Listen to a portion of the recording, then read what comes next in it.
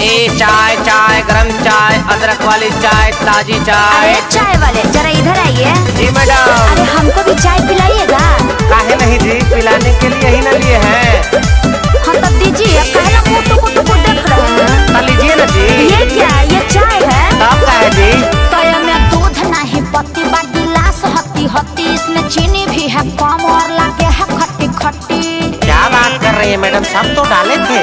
तय में दूध नहीं पत्ती बा गिलास हत्ती हत्ती, इसमें चीनी भी है कम और लागे है खट्टी खट्टी। नींबू वाला है ना जी? अरे तो गरम भी तो नहीं है। अरे मैडम आपके सामान में तो चूल्हा पर से उतारे हैं। तेरी होटल किस्ती गोरी होते ही चाय नरम हो गई। तेरी होटल किस्ती गोरी होते ही चाय नरम हो गई। अरे ये तो बड़ा बदतमीज है जी। अनु चाय पिलाने वाला इतना बड़बड़ बोलता है। चाय पिलाने आए हैं, चाय पिलाइए, ज्यादा बोलिए मत। अरे तो पीजिए ना।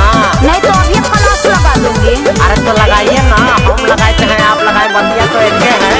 ऐसन है चाय बाबू हम नहीं पिएंगे, कम बोलो ना तो थके मुहावा को सिएंगे।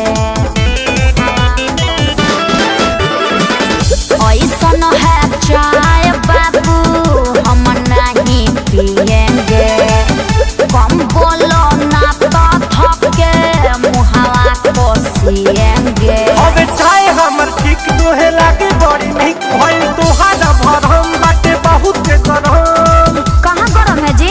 गरम है मैडम। बेवकूफ समझते हो का? नहीं मैडम गरम है, सुनिए ना। तेरी होटल किस्ती गोरी चाहते ही चाय नरम हो गई। तेरी होटल किस्ती गोरी चाहते ही चाय नरम हो गई। चाय चाय गरम चाय, अदरक वाली चाय, ताजी चाय, नींबू वाली चाय। अरे महाराज तब से बड़बड़ा रहे हैं, हमारा सर दर्द करने लगा।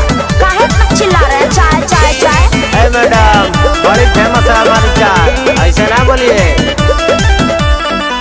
चाहे मेरी फेमस है तेरी जवानी जैसी, पियोगी जवान रहोगी डाला हूँ चीज में ऐसी। हीरा मोती डाले हो का जी?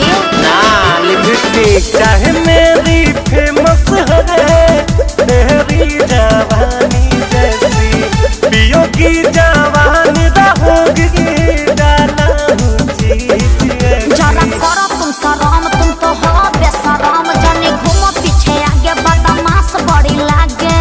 अरे मैडम बिट्टू बेशरम का चाय है। अरे इसीलिए ना खराब है जी, पांडे जी वाला चाहिए मुझे। तो ये चाय वाला बड़ी बदमाश लागे है।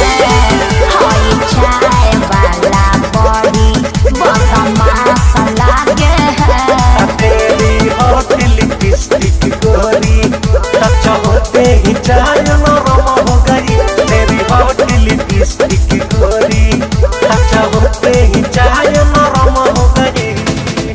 तेरी होटल किस्ती गोरी चाहते ही चाय नरम हो गई। तेरी होटल किस्ती गोरी चाहते ही चाय नरम हो गई।